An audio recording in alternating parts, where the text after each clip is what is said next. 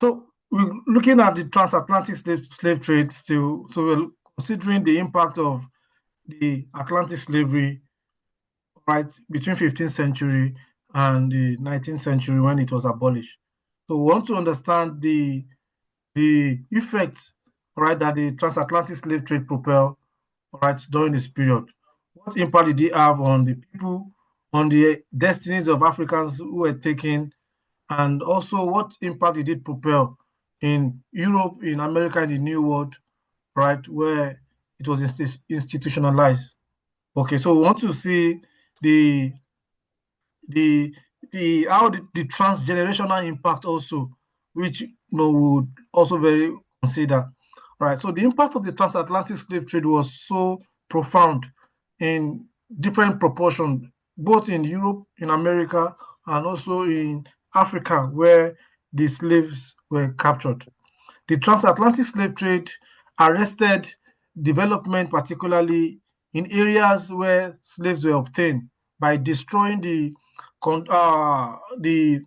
conducive atmosphere, right, for orderly development and removing the instrument of development. So that is to say that the transatlantic slave trade obstructed the rhythm of life, all right, socio-economic and political progress in Africa, particularly, all right. If you take into consideration the current, menace of kidnapping, all right, in some parts, in all parts of the country, so you'll be able to understand how the transatlantic slave trade, inhibited development in the sense that how many farmers, for instance, in your own respective villages, would be able to go into the farms, all right, producing food, all right, to engender. So it's if this menace, for instance, is not curbed, could you imagine the level of food insecurity that would, or the food inflation that would happen in the next 1 year or two? So this is exactly what transatlantic slave trade. It truncated the rhythm of agricultural life. Social mobility was altered and disrupted in catastrophic proportion. All right. So the first notable way of doing this, particularly, was through the depopulation of Africa, as I've earlier noted, which we've considered. But opinions are quite varied and divided among scholars as to the actual number of people that were taken from Africa between the 16th century and the 19th century. However, it can be said that the demographic loss to Africa as a result of the slave trade was between the range of, although some scholars like Philip Cotton, for instance, who was a prominent Eurocentric scholar who had examined the transatlantic slave trade, had argued that perhaps the number of Africans who were taken between the 15th century and the 19th century couldn't be more than 12 million.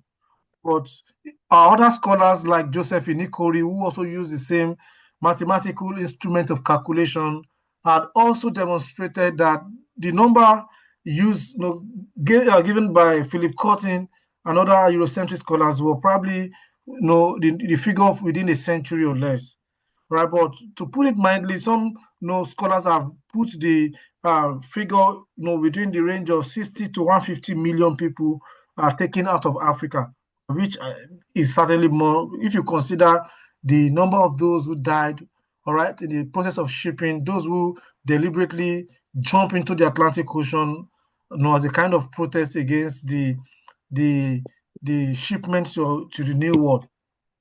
So what still is that those taken from Africa were from the most vibrant and the productive section of the African community.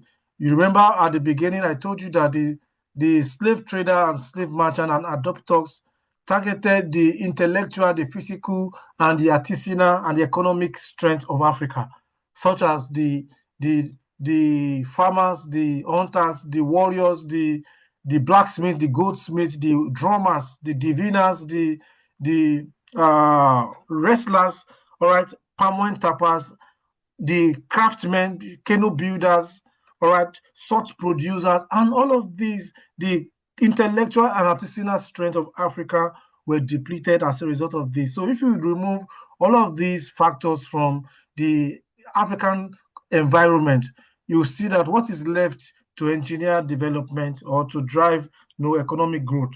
So these people who were taken were people between 15 and usually 35 years old, as we have demonstrated. So men often were preferred, as I've also explained previously, because of the odors nature of the tax to be performed by on the European plantations, especially in the mines, all right, which was quite natural. So women would also, much women were taken, but not in the same degree and intensity with the men who were taken. And this is because women would be disturbed by pregnancies, especially when white children also would need to be catered for before they could stand up on their own. The aged also would probably have been hardly, they would have been of any no economic use. So they targeted the physical strength of Africa.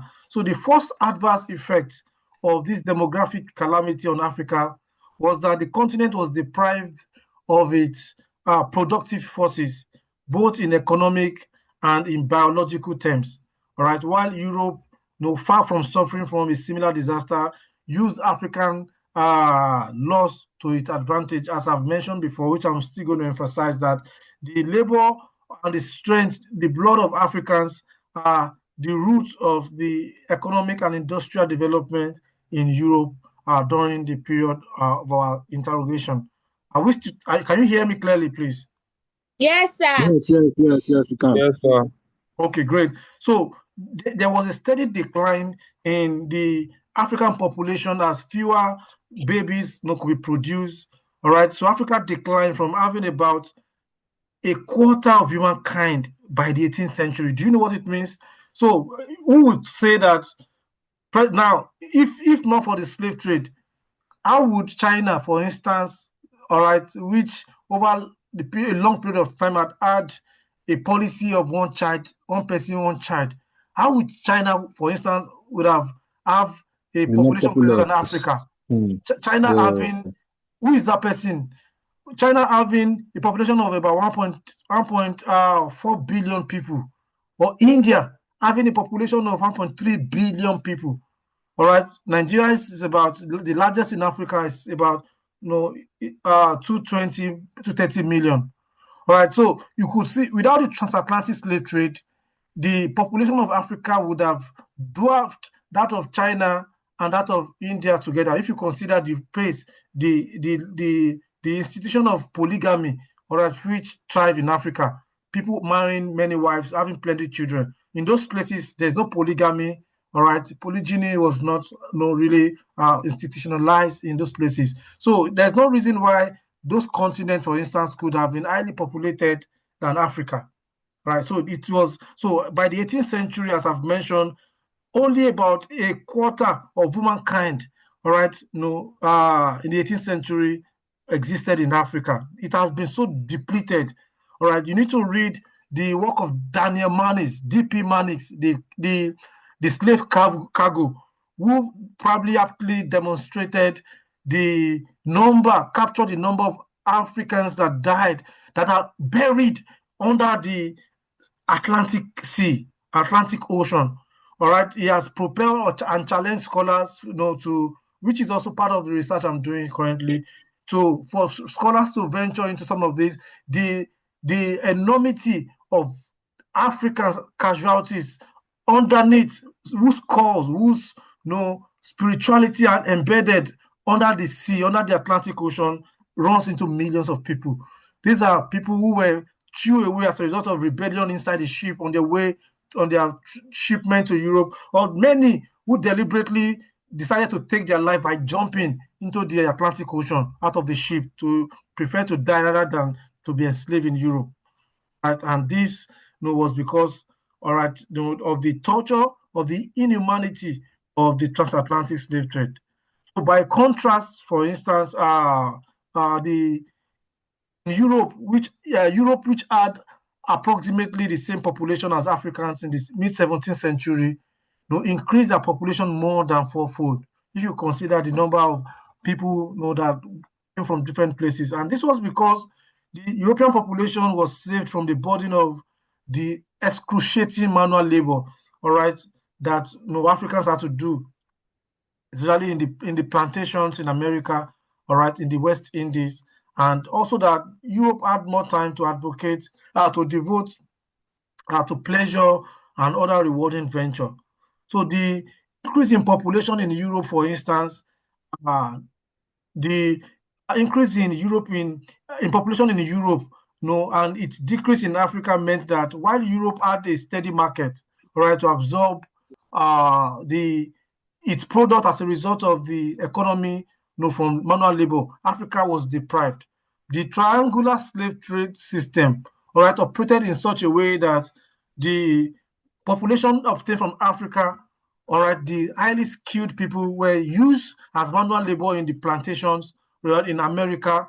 The produce from these plantations were taken to Europe, all right, to be processed into finished goods, with Africans also working as manual laborers in the industries.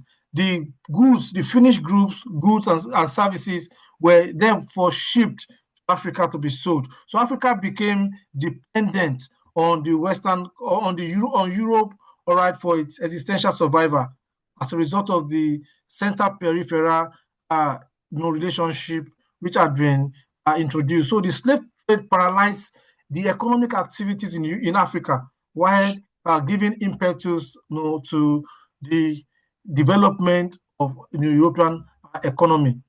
All right. So, moreover, not only was the labor of those taken from Africa lost to the continent, the slaves, all right, were also exploited, freely in the New World. They were exploited not only in terms of physical exploitation, their body, their spirituality, and their humanity was also exploited, especially in the case of women, all right, who, even despite that most of the slaves would marry each other, their owners would probably come in the middle of the night to fetch the woman, and sometimes in the presence of their husbands or their loved ones would, have sexual intercourse with them. And all of these were psychological torture, right? So the African slaves were merely fed to keep themselves alive as human tools of production, right? Which I've also probably explained. And there were very poor medical facilities. Imagine in America in the 16th, 17th century, all right, for the slaves, all right, to use. And this led to high mortality, all right, rates. So when DP Manis, all right, and other scholars were saying that no, the number of people who died runs into millions. No, even in the New World on the plantation sites themselves, without talking about those who had died, all right, by direct, murder by the Europeans as a way to send signal to other slaves not to rebel. There are those who died on the way. So many people died as a result of the poor absence of medical facility. For example, out of the 2.2 million Africans taken to Santo Domingo, all right, in the New World at the beginning of the 18th century, for instance, less than 600 of them remained by 1763. So I would tell you from 2.2 million, so most of them died. If you consider, for some of you who had been to the West, if you consider even in the 21st century, now we are even in UK now, we are in the summer where things ought to be naturally calm. But you'll be shocked that with the all the rhetoric about summer being good. No, yesterday I was going out on Saturday. I was going out wearing my light t-shirt to do fine boy, but I didn't get to 1 kilometer before coming back home to go and wear a big sweater because it was freezingly cold. So much less you could, and this is quite better. If you go to a few years ago, I was in Atlanta, Georgia, and also I was in North Carolina. It was crazy. It was hell for me. I had to wear no less than five clothes, including jackets, all right, and sweater to survive, all right, in the 21st century. When I'm in the home, North Carolina was highly cold during winter. I had to get about 5 heaters to stay around myself inside my apartment. I must everything the must be around the heater because it was freezingly cold, no snow, everything's no freezing. So if you imagine how Africans coped in the 16th century when most of them were not given cardigans, when they didn't have access to uh jacket or something that can warm their body. So this tells you about the torture of African, the indignity of this appalling enterprise. So many of them died as explicated by example of Santo Domingo, which at the earlier period had 2.2 million people, but by another century later, this had reduced to 600,000 people. That means no less than 1.4, 1.6 million people had been lost, all right, to various forms of casualties, either sickness and all the stuff. So the same situation also obtained over the New World. For instance, it is estimated that the value of unpaid Negro labor in the US during the slave trade stood between 448 dollar and $995 billion as at 1973. Can that person mute his or herself? Let me see.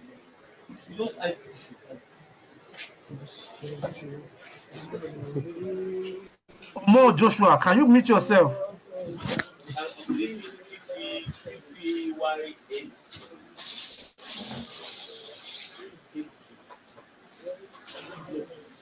Can Omar Joshua mute his or herself?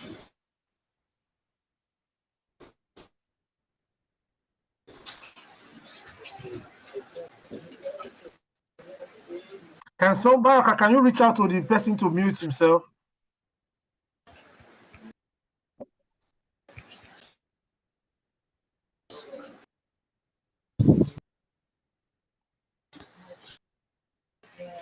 Can someone reach out to Umar Joshua to mute his or herself or get out of the class?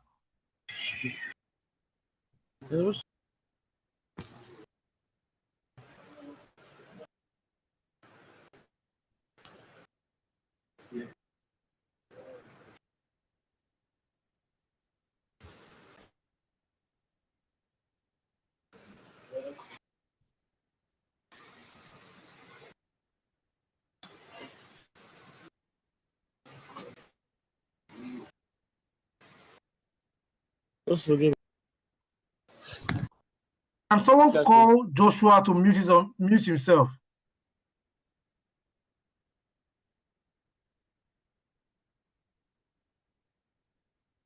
Okay.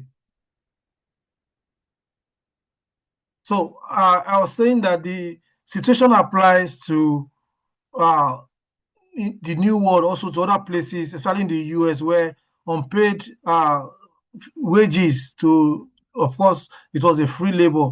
If we were to calculate the amount, all right, which ought to be paid to the slaves, this will probably come to around $995 billion as at 1973, when some scholars like Philip Cotton, when Joseph Inikori, when they conducted research. So this stands at the heart of the reparation that Africa is demanding, which the Europeans, at the last UN, United Nations, where the president of Ghana raised the motion and insisting that reparation must be paid. So all the major participants in this polling enterprise declined. The US declined to comment, to say anything. UK declined. Even State of Israel declined. But it's a matter of time. There's no how they will be able to continue to avoid this important conversation. So a rough estimate of the contemporary value of unpaid labor can be obtained by simply calculating the percentage of the debt servicing on African debt and adding this on an annual basis.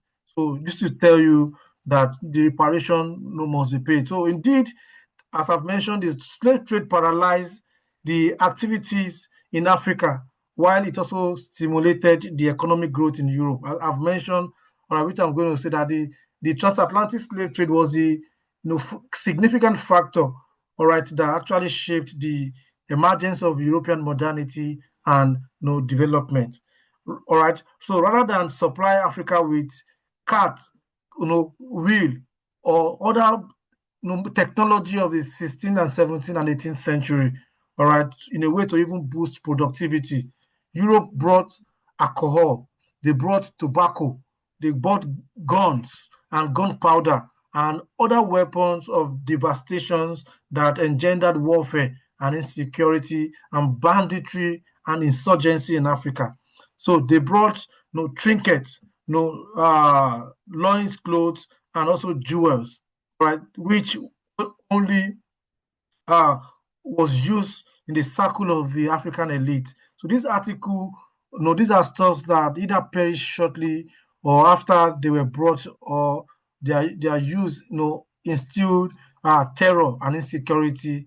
All right, a situation not which was not conducive to economic prosperity. If you take, for instance, the idea of giving African chiefs, African rulers, and royal members of royal house, gin, that is, shinap, all right. It was not even, if you compare it to the kind of drinks of modern day, shinap, and give them tobacco, and then you now give them gun and gunpowder.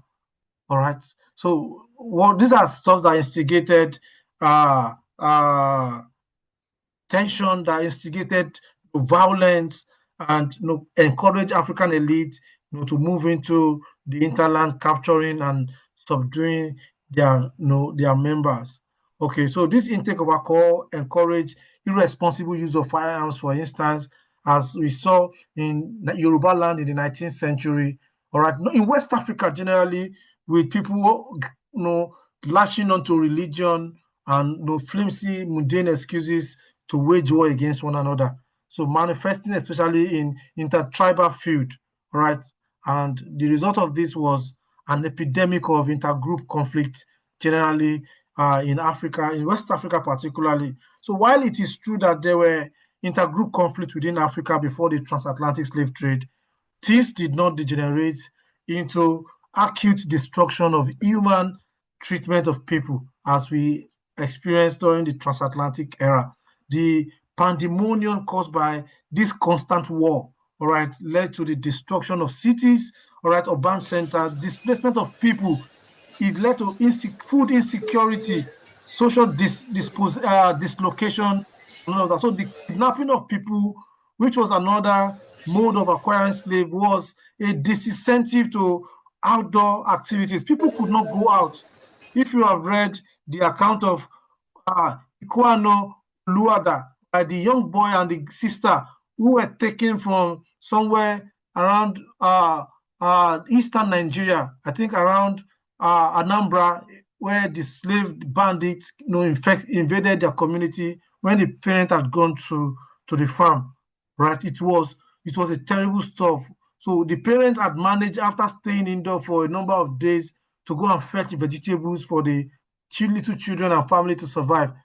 As they left, the bandits who had surrounded their village launch, right, in the afternoon, broad daylight attack, which led to the capture of Equano, all right, who was sold. Equano narrated, is a novel you must go and read. I have it in my office. If anybody wants to borrow it, can borrow it. But there's a soft copy of it also. Whoever needs it can ask. I can help him download it. It's something you must read to see first class accounts, but you cry when you read the novel. Right? You see the torture, the inhumanity, the ways in which the young boy about the age of 11 and the sister about age of 9 were taken away, right, and sold. They eventually met each other. They were sold differently, but they also encountered each other at the port. One was sold to Europe, another sold to America. In the process, he narrated how, after serving America and his master was unsatisfied with him, sold him to Europe. And where he got to in Europe was the house of where the sister is a slave. And he saw and he recounted first class with first-hand experience how the master, of course, not knowing really initially that the Equano and the sister were siblings. He saw how the master used this girl both biologically and economically and in other ways and ramification. So this will tell you that I'm seeing a hand up. Can you hold on for me to finish my thought? We'll come to Q&A session, right? So the rate of exchange, all right, in the slave trade was also skewed in favor of the Europeans, all right, that what the Africans got was nothing that could have been reinvested into the economy. So if there had been people to engage in economic productivity, all right, the gene given? Was it to open a gin shop or gin mall or whatsoever? The tobacco, what was it for? The gun and gunpowder. What kind of developmental effects did all of these mundane, all right, insignificant devices have on the polity and the development of Africa? All right, for example, while a slave sold for 50 euro in Jamaica, for instance, where the least price was even paid in slaves in the 17th century, the same slaves sold for between 3 to 4 euros, all right, or in the sugar plantations, or especially in America, and even in London. So the returns, the benefit, the so-called return that the African elite even obtain from this appalling, exchanges was so ridiculous, right? So the best they could give you. So there's something perhaps so significantly and radically wrong with the mind of the typical African elite. Right?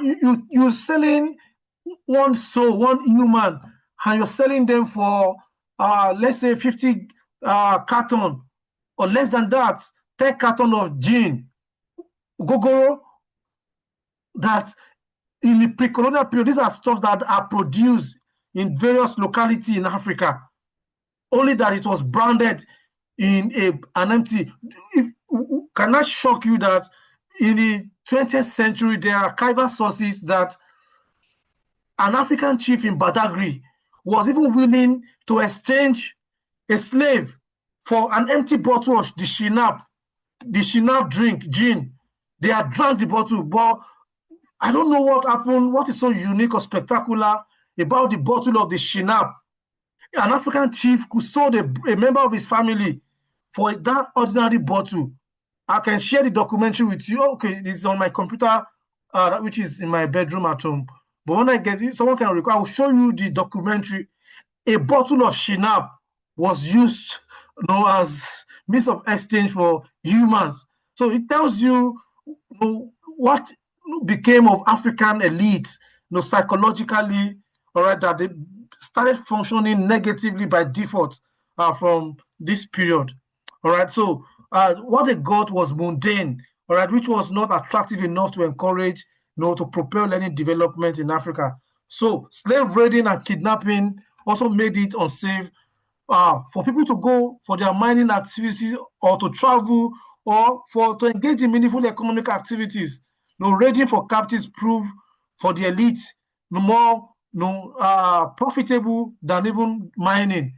Don't forget that West Africa was so rich, all right, in the pre-colonial period, that many of the kingdoms who were traveling to Europe for pilgrimages in Mecca, for instance, and the process, by the enormity of the gold they carried, all right, they crushed the international global economy.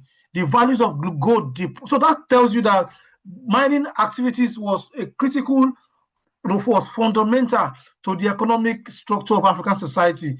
So with the transatlantic slave trade, many African elites jettisoned this viable economic sector, all right, because they consider mining unsafe, all right, it was not possible. So the elites resorted to the unfortunate more raiding, all right, capturing of people, all right, and selling them to the Europeans. So the part of the slave trade, of course, had more benefit, in Europe and America than in Africa. All right. So it benefited Europe and the West in several ways.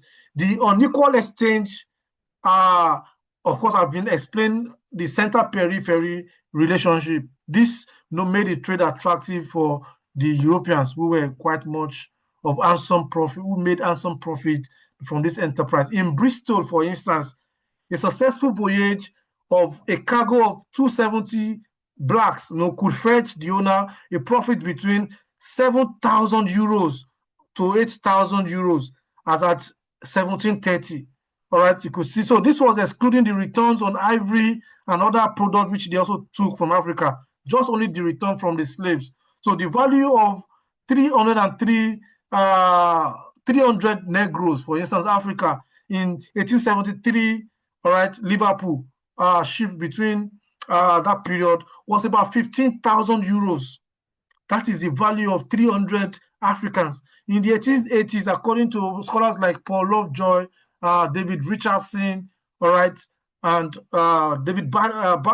Basil Davidson, no, in 1780, slaves alone brought Liverpool to an annual profit of 300,000 euros. That's a lot of money in the early 19th century.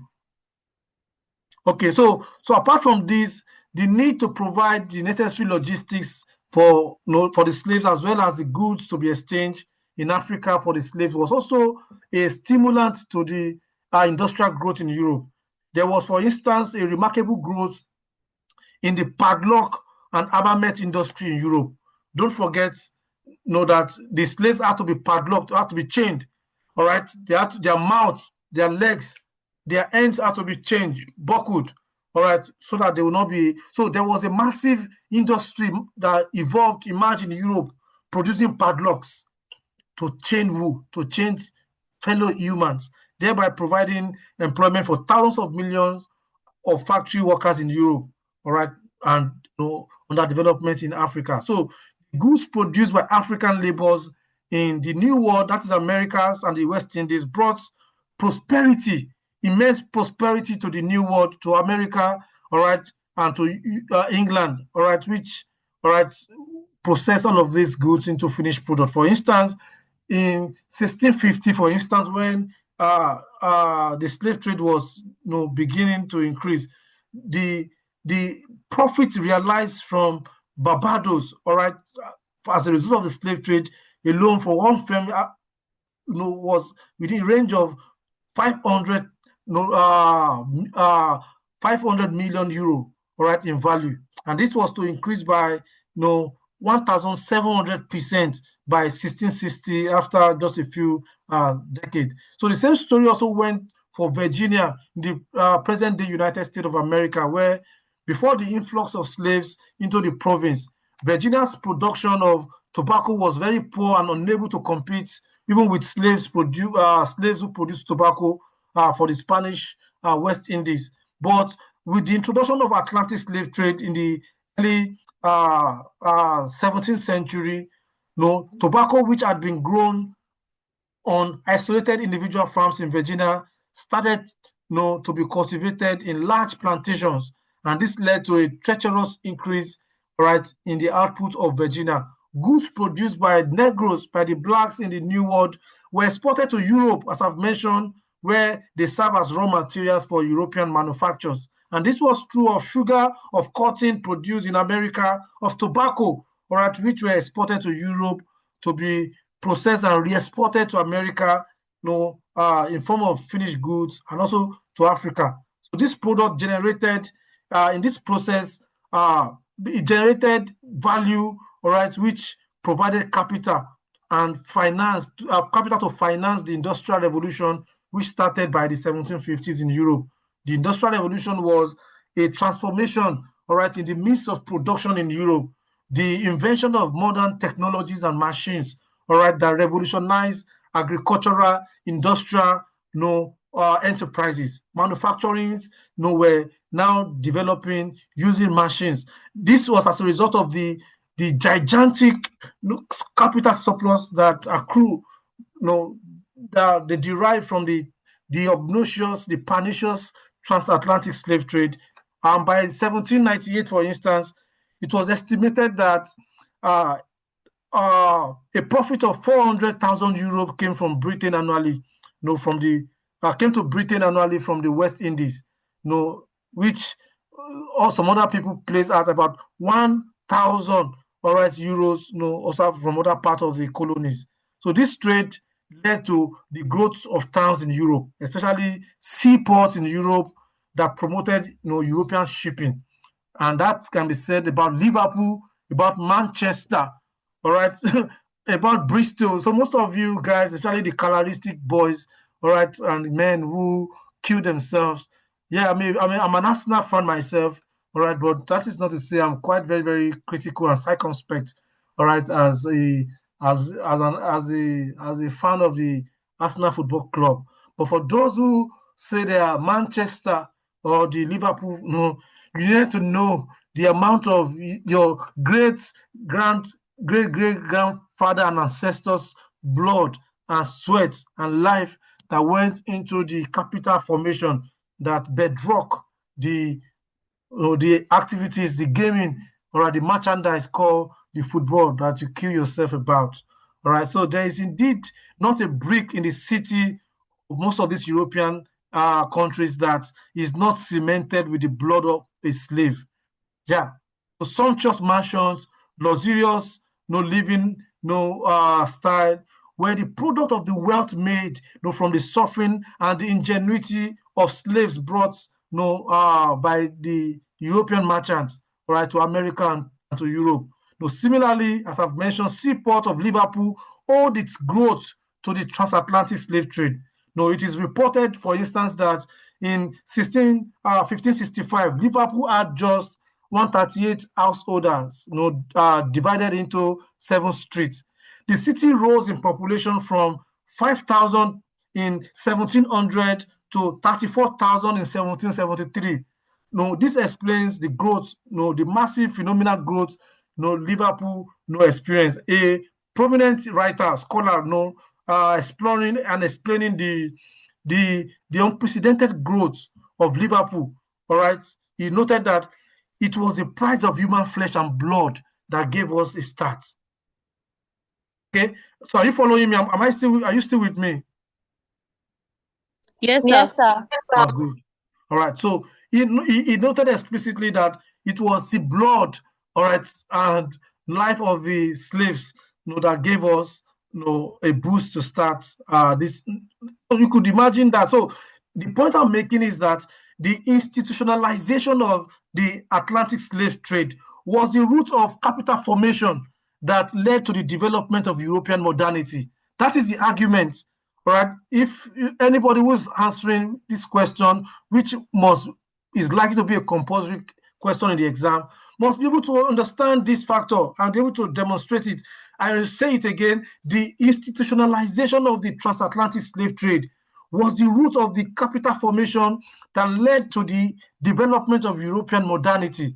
The labor and the ingenuity of Africans who were subjected to the nefarious inhuman treatment in the New World, in the America, North America, South America, West Indies, was a constitutive element of the process that brought about food security, industrialization, industrial revolution, scientific revolution in Europe and Western society. So in Africa, the forceful shipment, abduction of able-bodied men and women, however, on the contrary, drain the intellectual, the social, the economic, and the political resources that should have contributed to the growth and development of the continent. So the export of slaves in Africa, for instance, in this direction, lasted several centuries, 400 years. The appalling, this satanic, nefarious institution lasted for 4 centuries, 400 years. All right, this will tell you how Africa was underdeveloped. So you need to go and read works like Walter Rodney, How Europe Underdeveloped Africa. You need to go and read the works of Andrew Gunder Frank, The Development of Underdevelopment. All right, then you must try to read. For those who want to be extraordinary, though it's not compulsory. If you want to be eclectic, to be vast, you need to read the work of Emmanuel Wallerstein. Several works here, I can't mention but one alone. Emmanuel Wallerstein, Frederick Cooper. All right, these are scholars who are. You need to read the works of Joseph Inikori. All right, then you need to read the work of John Pope Hennessy, The Sins of Our Fathers, who was even a European at the heart of. You need to understand the impact. So, because it might be a compulsory question in the exam. So, if you continue to listen, to go and rely on someone transcribing and curating lectures for you, you fail.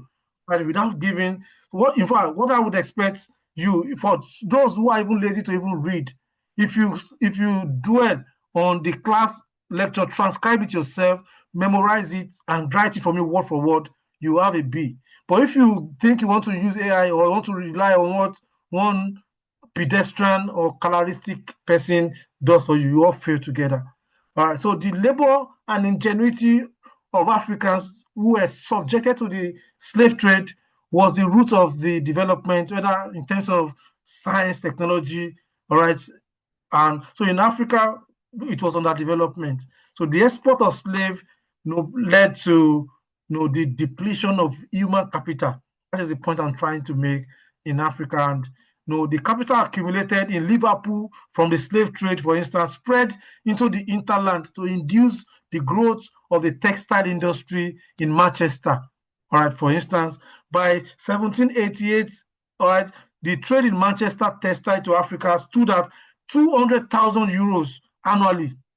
So on this 180,000 euros worth was to Negro Africa. So the production of this textile involved a sum of about 300,000 euros annually and provided employment for about 180,000 men in Europe, where in Africa who had lost their livelihoods. The transatlantic slave trade led to disappearing livelihoods.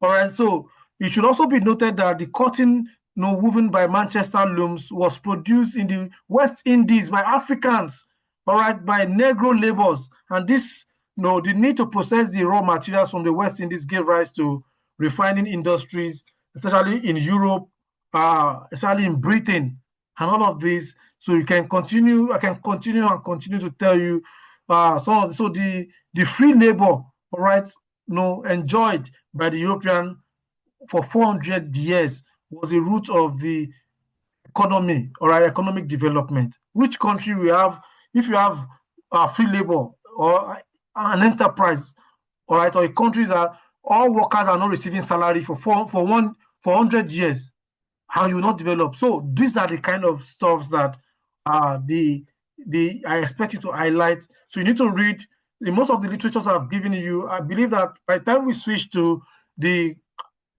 class presentation next week, so you should also be able to glean invariably from other people's presentation the impact of the slave trade, because quite a number, especially those who are reviewing works like Paul Lovejoy, Richard Davidson, Basil, and all of that, must be able to analyze all of these factors very well. Right. And even within the US, America, the impact of the slave trade varied from north to south. All right. In some places, the impact was so monumental, but in other places where slavery was quite rejected, it was probably low. So the point we're trying to make fundamentally is that the transatlantic slave trade propelled massive development in Europe and America, cotton industry, cotton production, textile, all right, the production of even gin, all right, and other stuffs which were retraded started as a result of the labor and ingenuity of Africans.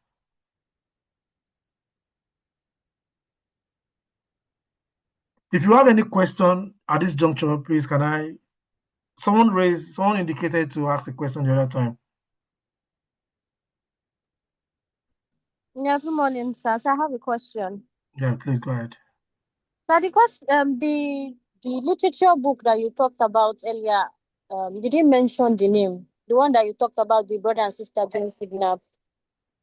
Oluwada Ekwano, the slave boy.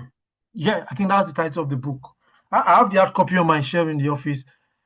But in fact, I can help you check. I can, when I get to the office this morning, yeah, in Oxford, I would help you check if I can download a free version for you. But if not, I have a copy I can borrow you for 1 week when I return early July. Any other question?